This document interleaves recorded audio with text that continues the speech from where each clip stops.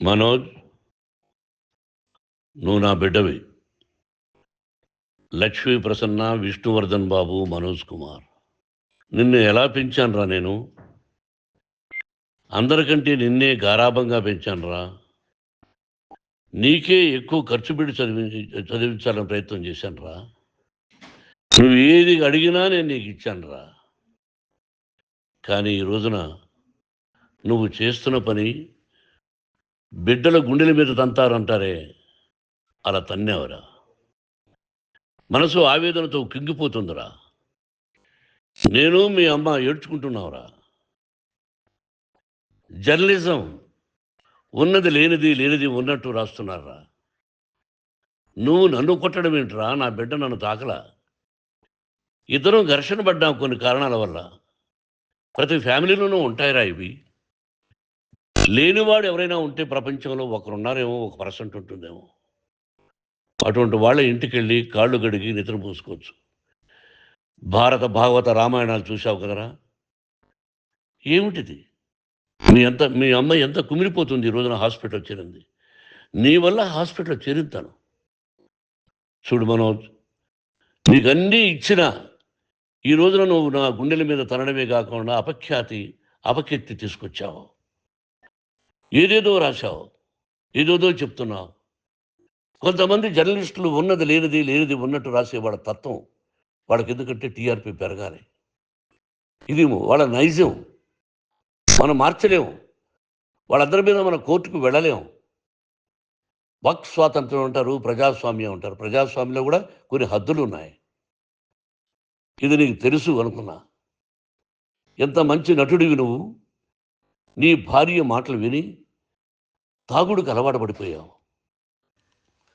వింటున్నావా మనోజ్? ఎవరిని నమ్మాలో ఎవరిని నమ్మకూడదో పరిస్థితి తీసుకొచ్చావు. విద్యాలయాలు ఎంత గొప్పవిరా. మనం 25% కులమతాలకు అతీతంగా ఫ్రీ ఎడ్యుకేషన్ ఇస్తున్నాంరా. క్యాస్ట్ అనేది తీసేసానురా 92లో ప్రాస్పెక్ట్స్లో. నువ్వు చదువుకున్నావురా. అక్కడ చదువుకున్న బిడ్డలు IAS, IPS అయ్యారా. ఎంతోమంది గొప్పవాళ్ళు అయ్యారా. నువ్వు నటుడుగా ఎంతో గొప్పవాడివి. తాగుడికి అలవాడబడి నువ్వు నీ భార్య ఇంట్లో బిహేవ్ చేస్తున్న విధానం ఆ భగవంతుడు సర్వేశ్వరుడు తెలుసు. భగవంతుడు చూస్తున్నాడు రా. నేను తప్పు చేసినా, నువ్వు తప్పు చేసినా, ఎవరు తప్పు చేసినా. ఎంత అవకాశం ఇచ్చావు మాట్లాడుకునేదానికి అందరికీ.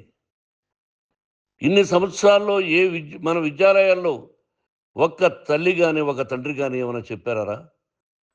ఆ బిడ్డలు మన బిడ్డలు రా. మీరెంతో నాకు అక్కడ ఉన్నవాడు కూడా నా కూతుర్లు, నా కుమారులు. ఎంతమందికి ఫ్రీ ఎడ్యుకేషన్ ఇస్తున్నావు. వాడి దగ్గర ఏది ఆశించలా. నువ్వు ఎందుకు ఇలా తయారైపోయావు?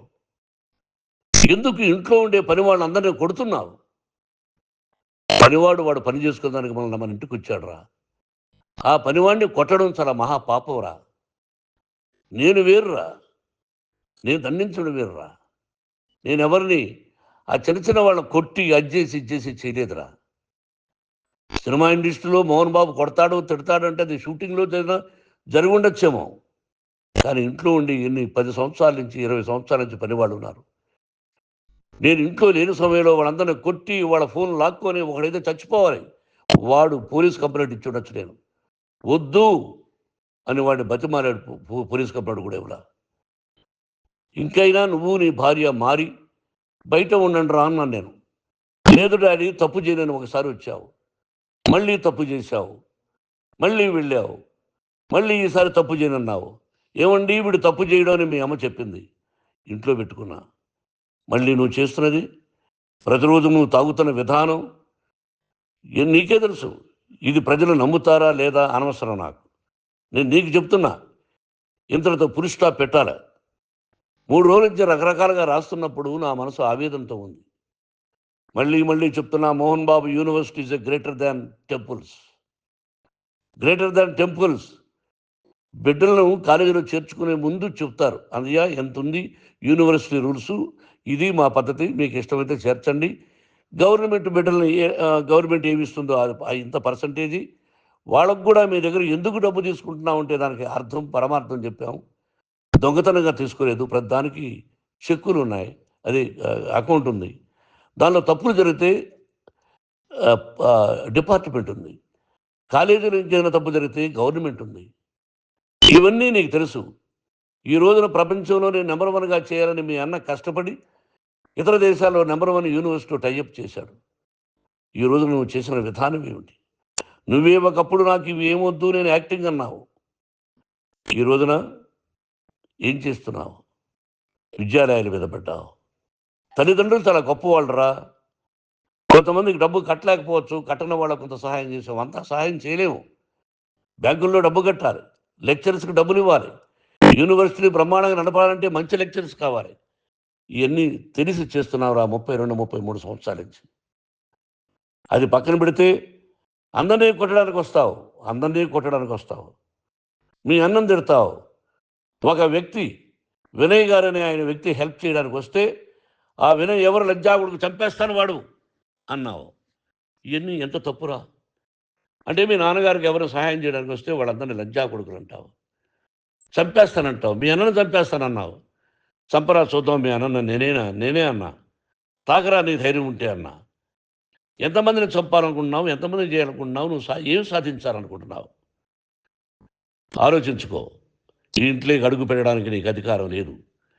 ఇది నా కష్టార్జితం.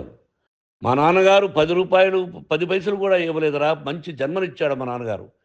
మద్రాసుకు వెళ్ళి వీధుల్లో అడుగు తిన్నానురా. ఒక పూట కూడా భోజనం లేకుండా అడుగు తిన్నానురా. న్యాయంగా మోహన్ బాబు తిడతాడు కొడతాడంటారు కానీ మోసగడనం లేదురా. నీట్ పార్లమెంటేరియన్గా బయట వచ్చానురా. నువ్వు నా పరువు ప్రఖ్యాతులు మంట కలిపావు. ఏమిటి నేను చేసిన అన్యాయం? నీకు జన్మనిచ్చాను, అదా నేను చేసిన పాపం. అందుకే ఇది నా ఇల్లు అన్నావు. నువ్వు నీ ఇల్లు కాదు. నీ కష్టార్జితంతో నువ్వు సంపాదించుకున్న ఇల్లు నీది. ఇది నా డబ్బు, నా కష్టార్జితం. నా కష్టార్జితంలో నేను పిలిస్తేనే మీరు ఇంట్లోకి రావాలి. అటువంటిది పోగొట్టుకున్నావు నువ్వు. ఆస్తులు అంటావా? ముగ్గురికి సమానంగా రాయాలా లేదా అది నా ఇష్టం. ఆస్తులు ఇస్తానా, లేకపోతే గంగపాలు చేస్తానా, లేకపోతే ఎవరికైనా దానధర్మాలు చేస్తానా, అది నాకు సంబంధించిందిరా. నా కష్టార్జితం రా. మీరు చేస్తున్న విధానం గుణగణాలు కావాలరా. మందు తాగచ్చురా. ఎంత తాగాలి? నేను కూడా 1 or 2 పెగ్స్ తీసుకుంటా. ఇది తప్పు కాదు, జనానికి తెలియాలి. నా డబ్బు ఇది. తాగి ఎవరిని కొట్లా, తాగి నేను తింటున్నా. అది ప్రజలకు అక్కర్లా. నేను తప్పు చేస్తేనే ప్రజలకు కావాలా. ఇవన్నీ ఉన్నాయిరా. ఇవన్నీ తెలుసుకో. జర్నలిస్ట్ సోదరులారా, మీకు నా గతాన్ని తెలుసు, నా భవిష్యత్తు, నేను ఎక్కడి నుంచి వచ్చాను కూడా మీకు తెలుసు. ఈ రోజున మీరు రాస్తున్న విధానం, నా బిడ్డ నన్ను కొట్టాడన్నారు. ఎంత తప్పు! ఈ రోజున నా బిడ్డ మీద కోపంతో అవును చెప్పచ్చు. కాదు, వాడు నా మీద చెయ్యెత్తలేదు. నేను ఘర్షణ పడ్డాం. ఘర్షణ వేరు, కొట్టుకోవడం వేరు. గాయాలతో హాస్పిటల్కి వచ్చి కుంటుకుంటుగా నడిచాడు. మళ్ళీ ఏమని పోలీస్ స్టేషన్కి వెళ్ళి చెప్పాడు. ఎవరో 2 ఉన్నారు, వాళ్ళిద్దరూ నా మీద దాడి చేశారన్నాడు. నా ఇంట్లో పనిచేస్తున్న వ్యక్తుల గురించి పోలీస్ స్టేషన్కి వెళ్ళి చెప్పవలసిన అవసరం అతనికి లేదు, హక్కు లేదు. పోలీస్ డిపార్ట్మెంట్ కూడా తెలుసుకోవాల్సిన విషయం. నా ఇంట్లో ఉండే వర్కర్స్ మీద నేను కంప్లైంట్ ఇవ్వాలి. నువ్వు పర్మిషన్ లేకుండా నా ఇంట్లోకి నువ్వు చొరబడి ఇల్లు నాదంటూ ఇంట్లో పనిచేస్తున్న వర్కర్స్ మీద కంప్లైంట్ ఇచ్చావు. అది ఎంతవరకు పోలీసు న్యాయమో రూల్సో చూద్దాం. పోలీస్ డిపార్ట్మెంట్ ఇంటికి వచ్చింది. వాళ్ళకి రాశాను ఉత్తరం. అయ్యా, నేను సీనియర్ సిటిజన్ని, నాకు రక్షణ లేకుండా ఉంది. నా బిడ్డ వల్ల నా ఇంట్లో నుంచి నా బిడ్డను పంపించేసి ఇది నా ఇల్లని. వాళ్ళు నాకు సమాధానం ఇవ్వలేదు.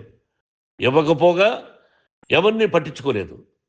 ఇప్పుడు పోలీసు వాళ్ళు వచ్చి ఏమండి రూల్స్ ప్రకారం నా బిడ్డ ఇంటికి రాకూడదంటే మాకు హయ్యర్ డిపార్ట్మెంట్, హయ్యర్ అథారిటీ వాళ్ళు ఫోన్ చేశారు. మీరు ఎవరిని స్టాప్ చేయొద్దండి, బయట నుంచి ఎవరైనా వస్తే వాళ్ళని స్టాప్ చేయండి అన్నారు. 2 రోజుల నుంచి 10 మంది 20 మంది వస్తున్నారు. వాళ్ళు అలా చూస్తూ నిలబడ్డారు. వాళ్ళు ఫోటోలు తీసుకున్నారు. వాళ్ళ మీద మళ్ళీ వదిలేస్తున్నారు. ఎవరిని నిందించాలి? But I give respect to the police department. వాళ్ళకి ఎవరు ఏ అధికారి ఫోన్ చేశాడో, ఆ అధికారికి ఏ పొలిటీషియన్ చేశాడో అది వాళ్ళకే వదిలేస్తున్నా. కాబట్టి వాళ్ళు పోలీస్ కంప్లైంట్ ఇచ్చినా కూడా మేము సంబంధం లేదని అంటున్నారు. కాబట్టి నేను నా బిడ్డను నిన్ను నాపు చేస్తున్నా.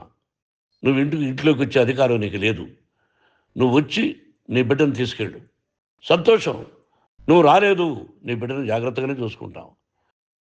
Take care your daughter, that's all. మీ అమ్మ హాస్పిటల్లో అడ్మిట్ అయింది. రేపో ఎల్లుండో మీ అమ్మను పిలిపించి బాగైన తర్వాత ఇదిగో నువ్వు నీ కొడుకు బిడ్డను తీసుకెళ్ళి వాడికి అప్పచెప్పని చెప్తాను పోలీసు వాళ్ళ ఆధ్వర్యంలో.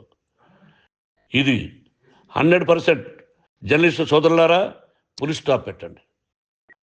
మీకు కుటుంబాలు ఉన్నాయి, మీ యజమానులకు కుటుంబాలు ఉన్నాయి.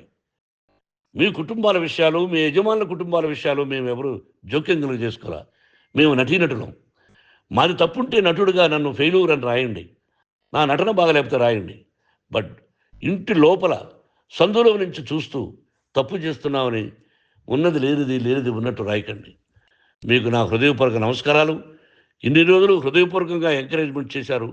ఆ ఎంకరేజ్మెంట్కు నమస్కారం చేసుకుంటూ I love you all. I love you police department.